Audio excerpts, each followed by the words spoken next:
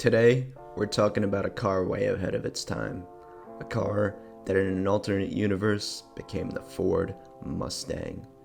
The bastard child of Ford and Mazda. We're talking about the Ford Probe. As all cars, the Ford Probe began as a mere idea in 1979. The 79 energy crisis meant that the current Ford Mustang was calling for a major redesign. The gas-guzzling muscle car just wasn't very practical anymore. At the time, Ford was part owner of the Japanese car maker Mazda. We'll come back to this later. In an attempt to come up with a new generation of Mustang, Ford came up with a series of concept cars, the first being the 1979 Probe 1. This thing was a concept car if I've ever seen one. Wedge shape, covered wheels, aerodynamic design. This thing just looks gnarly. It was designed in collaboration with the automaker Gia. And you can even see some design elements borrowed from here onto the production models of Ford Probes. It was to have a 2.3 liter inline-4 engine good for a wild 39 mpgs. The 1980 Probe 2 seemed like a much less crazy looking car. A hatchback sedan that looked like it could have been the Fox body Mustang. It was probably the closest to the Probe's concepts to becoming a production model. It took less from the Probe 1 and more from modern safety features at the time. Looks like it totally could have been on the road in 1980. Would have been a much cooler alternate universe. Then came the 81 Probe 3. The Ford Sierra certainly took inspiration from this concept. The model focused heavily on aerodynamics once again, like the Probe 1. This time though, it looks much more production ready. This one actually has quite the legacy as it went on to influence the Ford Taurus.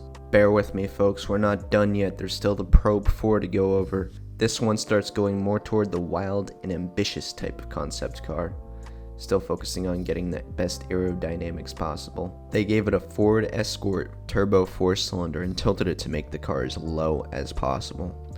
To help, they even moved the radiator in the rear and put in reclining seats.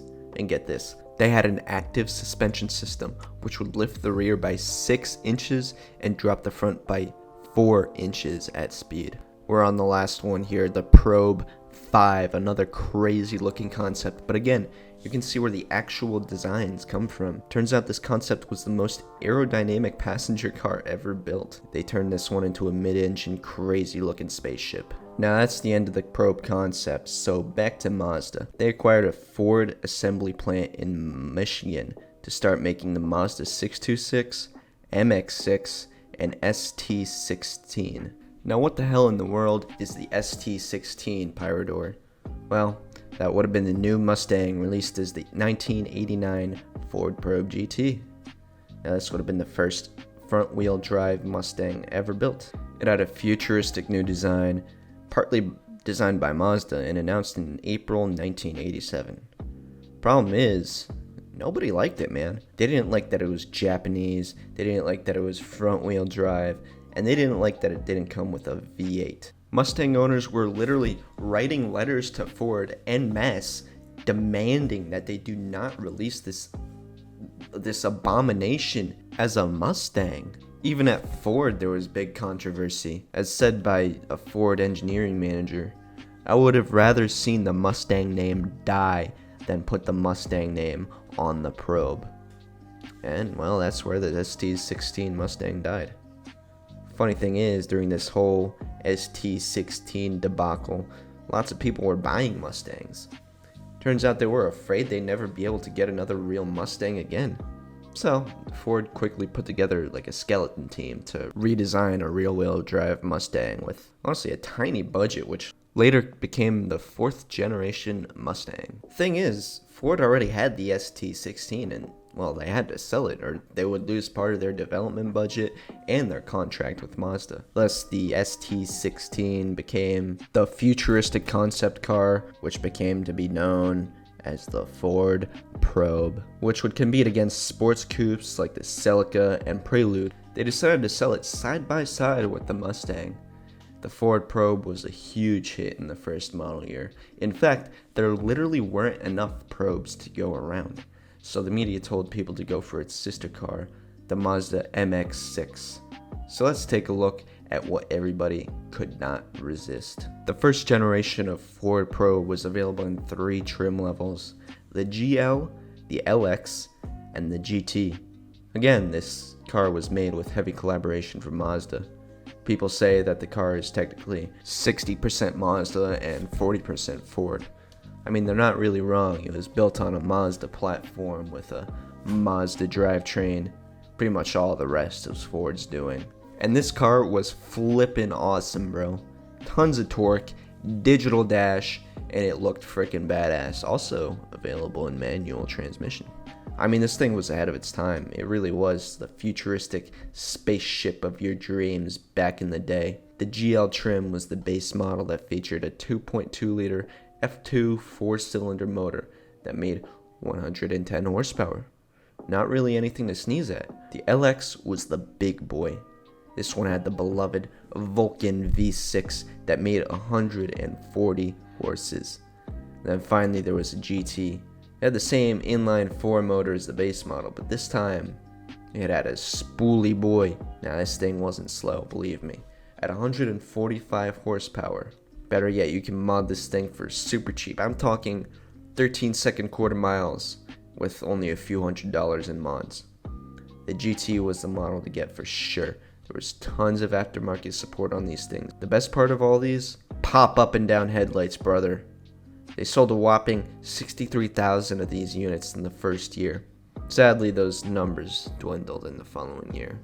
Despite the dwindling sales numbers, they made a second generation.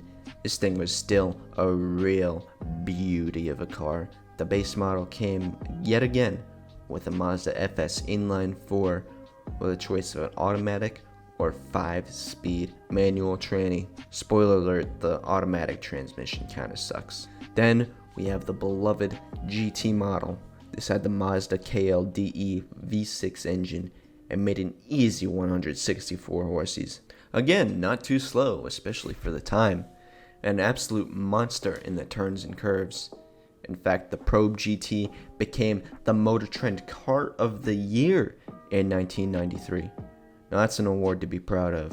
Now, a lot of people modded these guys out. There's even some cool looking body kits out there. Some of the more common mods for the GT were swapping in the bigger Mazda 626 brakes and swapping in the JDM KLZE motor.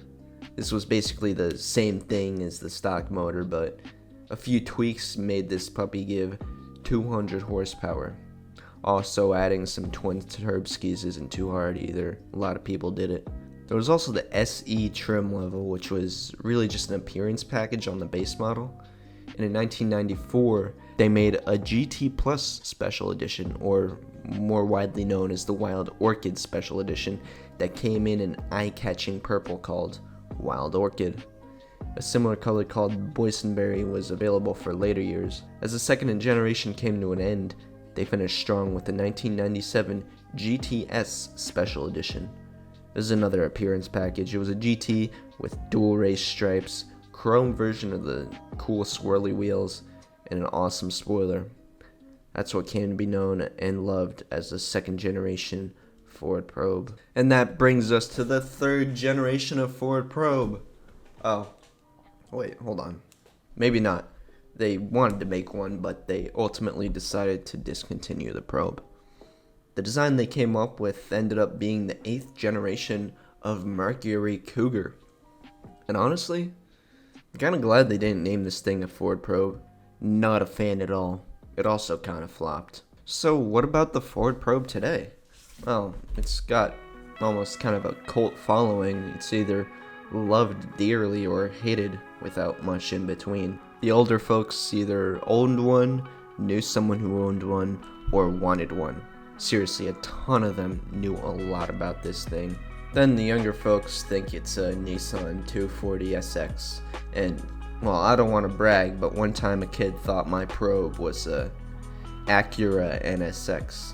I mean, you were close, bud. Sure, maybe I'm biased because I'm an owner of a Ford Probe, but this car has really stood the test of time. It's a fantastic car. You can get one for cheap too, a clean one for only a few $1,000s.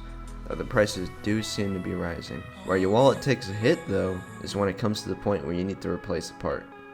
and that's if you can even find the parts. As far as model specific communities go, this one is amazing. Whereas other communities would talk shit to you for driving a base model, this one is super welcoming and super helpful for anyone having issues or questions or just new to the platform.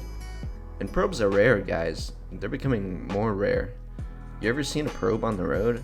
I mean, I see it a lot in old movies. Like, I just saw one drive by in Rush Hour. It just seems more common to be seen being neglected in backyards and parking lots, and you always see them being sent to junkyards.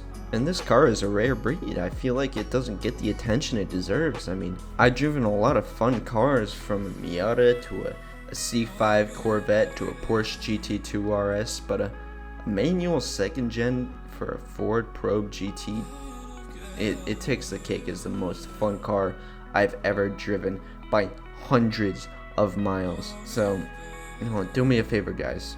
Do your part and go save a probe. And with that, I hope you guys enjoyed, and hopefully you learned a little bit, and I will see you all later.